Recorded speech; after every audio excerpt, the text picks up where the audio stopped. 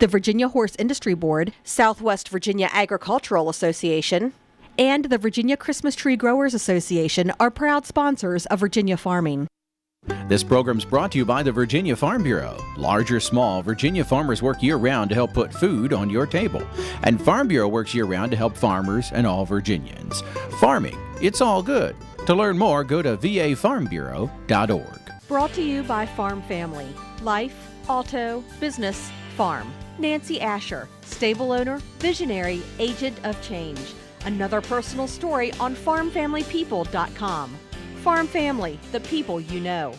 Hi everybody, welcome to Virginia Farming. I'm Amy Rocher. The State Fair of Virginia is right around the corner, and today we'll talk with Fair Representative Kathy Dixon about what's in store. Then we'll learn how to plan ahead when planting trees and shrubs when we join Mark Viette in the garden. And as always, we'll have the Ag Calendar and a Minute in the Field video. All this plus the Ag News of the Week on this edition of Virginia Farming.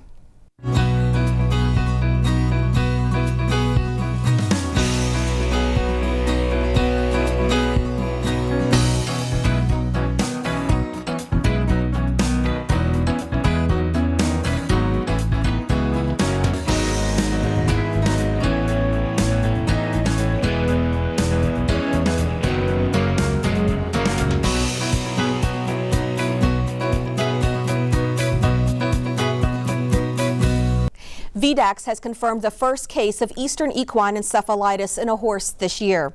The horse, a 7-year-old paint gelding from Prince George County, moved to Virginia from Mississippi 3 months ago. A blood test showed recent infection, so he did contract the disease here in Virginia. The horse, which had not been vaccinated for Triple E, was euthanized on August 31st.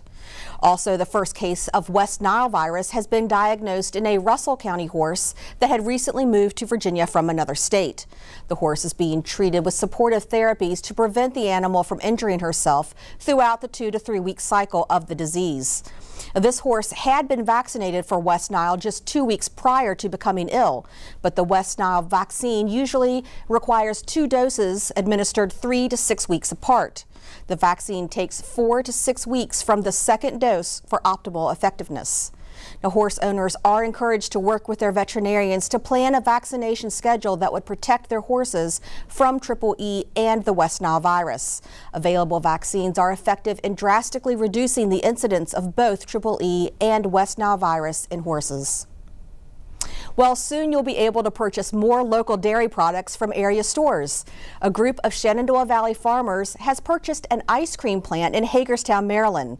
Lonnie Furbank has the story. It all started with a simple idea: a co-op of farmers selling high-quality dairy products to a local market.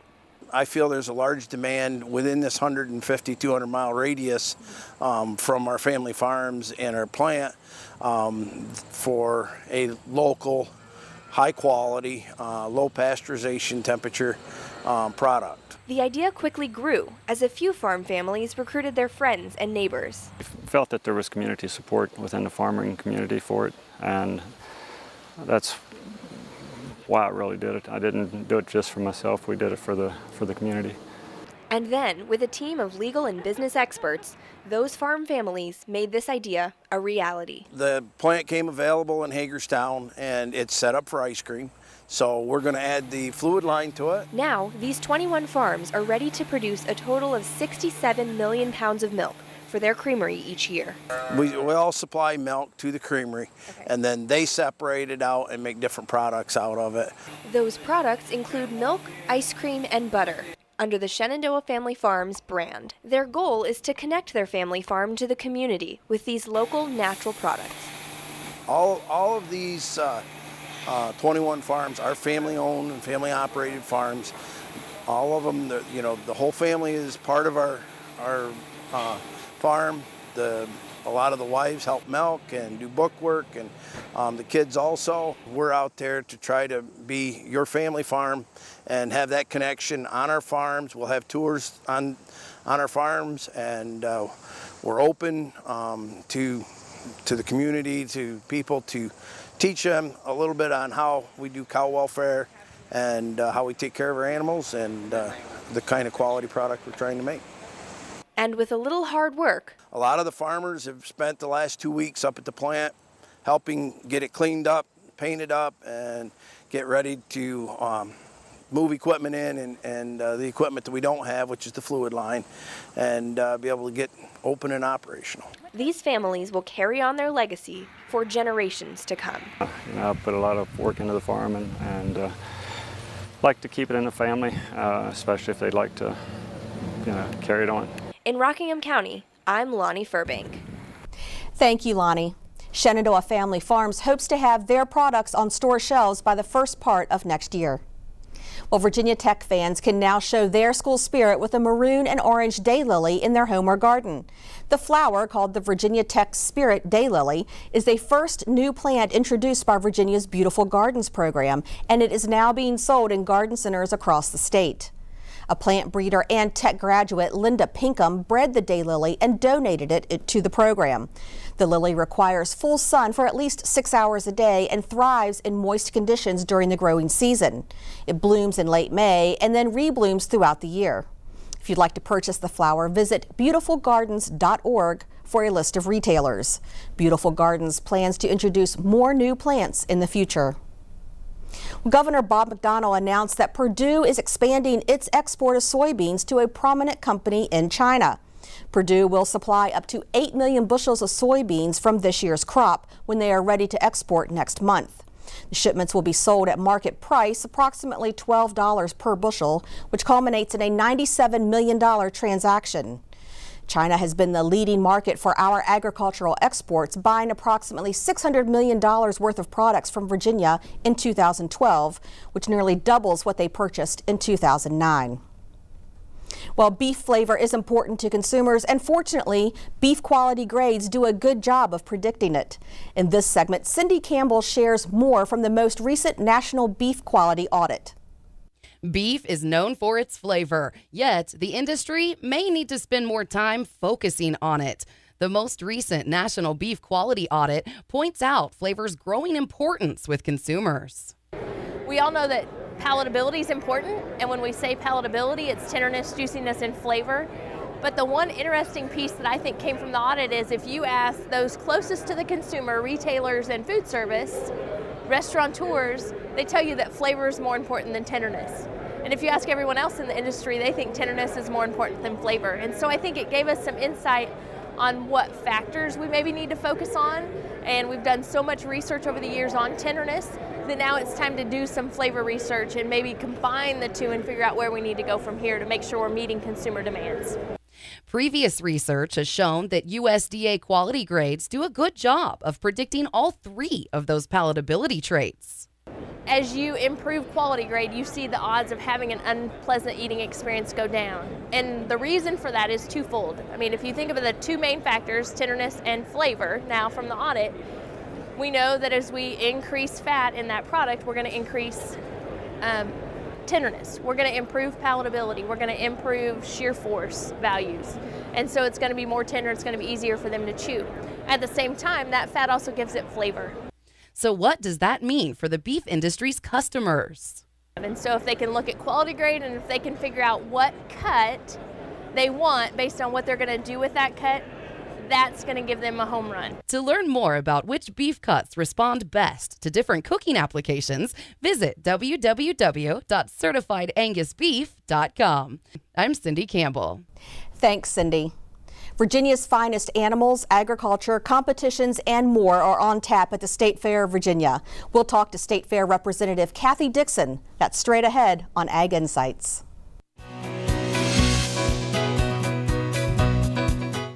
It was announced earlier this year that Virginia Farm Bureau has taken over 100% ownership of the State Fair of Virginia. To find out what this means to fairgoers, State Fair spokesperson Kathy Dixon joins us. Kathy, welcome to Virginia Farming. Thank you, Amy. Good to be here. Well, we're really excited because this fair is right around the corner. It certainly is. September just a little over a week. September 27th. 27th, right. Awesome. So I want to start with some history. Sure. Farm Bureau purchased this fair earlier this year. That's correct. Why? Well, last year we got involved as a 50% partner because after it went bankrupt, there was another entity that bought it, and we thought, gosh, we really want to preserve the agricultural heritage of the State Fair. So we got involved and became partners, and you know, the fair went off last year. I won't say without a hitch, but it went off. It was a success, and we were very happy with it. So afterward, we started thinking, gosh, wouldn't it be nice if Farm Bureau could be the sole owner, and that way we would be able to control the amount of agriculture that was highlighted at the fair. So we started negotiating, and eventually we're able to work out a deal, and we're happy to be the sole owners of it this year. Well, it's so exciting. You mentioned agriculture, bringing a little more agriculture in. What are some other changes that you guys are making to the fair this year that we can see as fairgoers? Sure, we're trying to expand the footprint and really utilize all of the property that we have out there. It's 331 acres.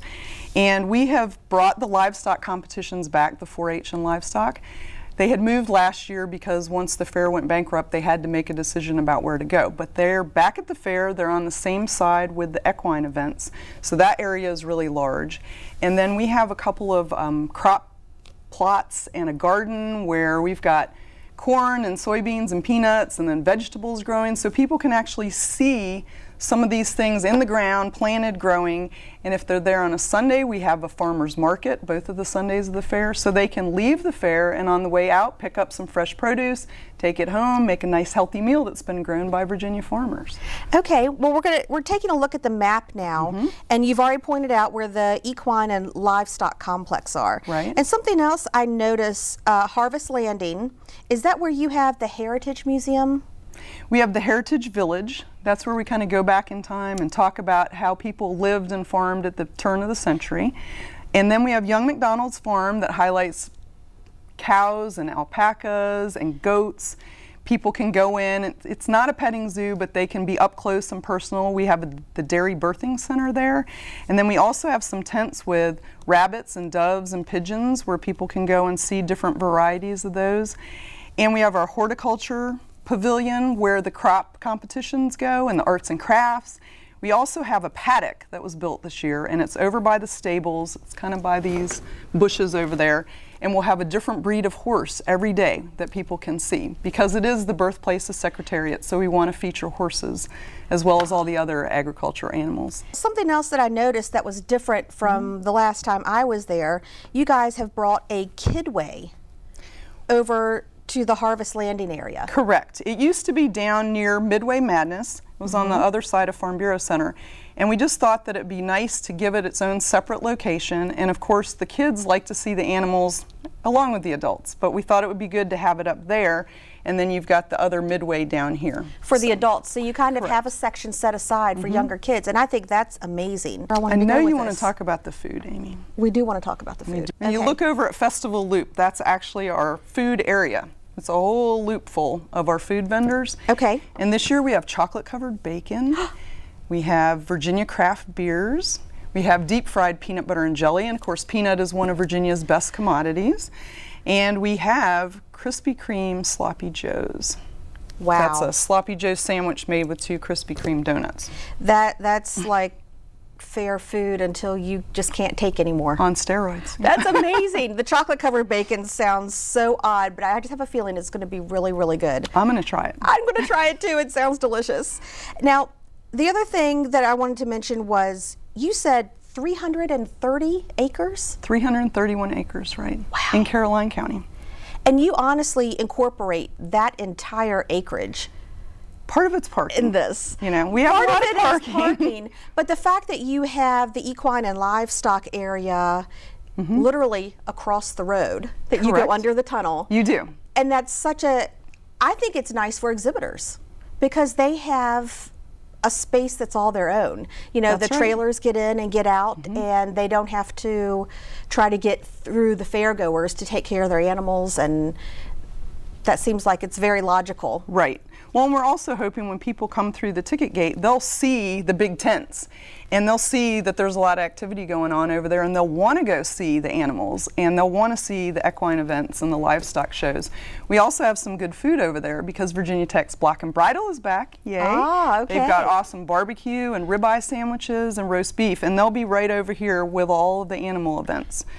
So we do have a lot to offer people there, and then of course you've got your rides and games and all of that back on the other side, so they can just go back and forth and enjoy. It's just a great layout. It's something else that is new this year that I read. You guys are doing guided tours of the livestock and events. We Can you do. explain that? Sure. We have a company called MooU. The U stands for university, and they have tour guides. They're people with extensive agricultural backgrounds, and they're going to be taking groups through the livestock pavilions and explaining to them, this is how this show works, this is why they're clipping this animal, this is, you know, what they do when they get in the ring and what the judges are looking for, and it's just a great way for people to learn more about the livestock competitions. Well, I think that's great because I know a lot of people that go don't know what's being judged. No. Why did this cow win first place? She Right. doesn't look that much better than the one beside her, and Right. that's really great. That's good, a good educational component. We think so. Speaking of education, you guys are bringing some groups in, school groups in to teach towards the SOL standards. Can you explain that to me a little bit? Sure. It's called the Educational Expo, and they've been doing it for years. We have almost 14,000 school groups come in throughout the week. They break it up by elementary, preschool, middle, and high school, so they each have their own days. And they go on different stops. They have a whole booklet that explains, you know, what you can learn. You can see the Richmond beekeepers and see honeybees making honey in a hive. You can go and look at the crops growing, and that, you know, teaches you about agronomy. And they've got different SOLs that are laid out and explained, so the teachers use that. So not only is it fun for the kids because they're at the state fair, they're actually learning something while they're having fun. Well, to me, that program probably tops just about anything else that's going on there because it's so important for kids to know Oh yeah. that their clothes, their food, the furniture that they have in their house and their homes are made. None of it's Right. possible without farmers. That's true. And that's just a great component of this year's fair. So is there anything else new that some of our fair goers might be interested in checking out when they get there? Well, for our Daredevil fairgoers, we have a new attraction that's called the U.S. Airbag Jump.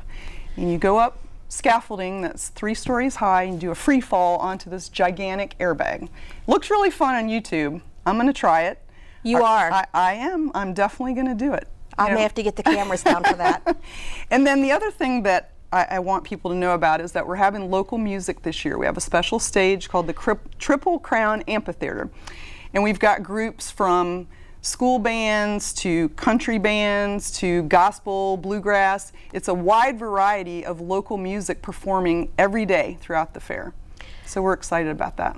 Oh, that is exciting. And that's something nice to do. You can kind of take a break from a lot of the activities and sit down and also I think you can enjoy some Virginia craft brews this year. That's right. It's going to be conveniently located by the Triple Crown Amphitheater and a couple other spots throughout the fair. So, yeah. And who are some of your vendors that are coming with your craft brews? We've talked about some of our cideries. We just Right. talked about the cideries a couple weeks ago on Okay. this show. And craft brews and cideries are growing at a tremendous rate in Virginia. They certainly are. So, Yeah. do you we have 5 different ones. I know Wow. Hardywood is one. They're located in Richmond, and I think Center of the Universe in Ashland. Okay. And I'm not positive about the others, but Okay. it's But a good there's going to be mix. 5 there, and that's Yes. 5 craft brews that you can try. And while you're enjoying music. Right. It doesn't get much better than that. No, it doesn't. So one more time, the dates for the fair are, September 27th through October 6th. and what about tickets? You need tickets to get in, and where can we get those tickets? You can buy tickets online at statefairva.org. Wonderful. We also have Martin's and BBT outlets in the Richmond and Fredericksburg areas, but I'm not sure they're out here in the valley. So your best bet is to go online. And we also have a couple of pre-fair specials that end midnight on Wednesday the 25th. So people would want to go and check those out before that time. Okay. Well, great. Well, it sounds like a wonderful event, and I think so. I can't wait to see everything that's going on, and good luck. Thank you. Same And to you. Congratulations for taking on this job, because I know it's a big one, but I know you guys are just going to do tremendously. We're excited. We'll be right back.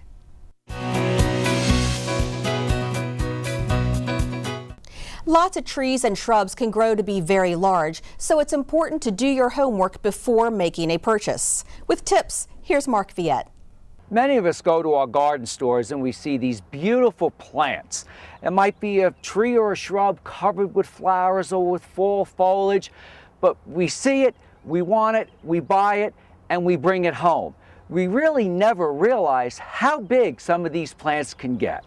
Here we are at Maymont in Richmond, Virginia, which has a great example of how big some of your shrubs and trees can get.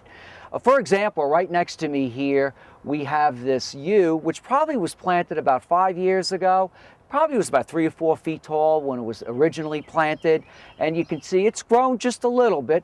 But if you look over here, the same exact yew is over 100 years old. And you can see how big it's gotten. A lot of us don't think about what our garden's going to look like in 5 years, 10 years, 15 or 20 years. And there's very few of us that'll ever think about what our garden's going to look like in 50 or 100 years. But we do need to remember that, because even if you move and buy a new house, you need to remember that that homeowner is going to inherit what you plant. Let's go take a look at some other trees and how big they can get. Sometimes it's hard for us to figure out how close can we plant a tree next to the house. I like to use a rule of thumb, is the width of the tree is about how far apart it should be from part of your home. A tree that I can use close to the house would be the maple, especially the dwarf maples. They really don't get too big, and they're kind of neat to have up against the home or close to the home. Especially during the winter months, you can see the beautiful bark and you can see through these trees. So I really recommend some of these nice dwarf maples, which can give you red color and green color and even variegation next to the home. This was going to be a dwarf golden hinoki cypress, but when you look up, you can see it's actually almost 60 feet in height. So even if that label says, you know, only 3 feet wide, only 10 feet tall, you really might want to research it a little farther than that. So I always like to err on the side that plants eventually will get bigger than what we think.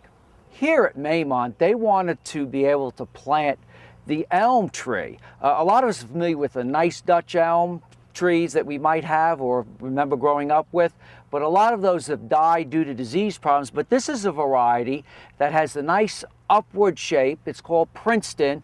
And so not only do you want to think about the width of trees and the height of trees, you really need to think about, what does the tree look like? Does it grow up vertical and outward? Does it weep? Does it grow up and then weep?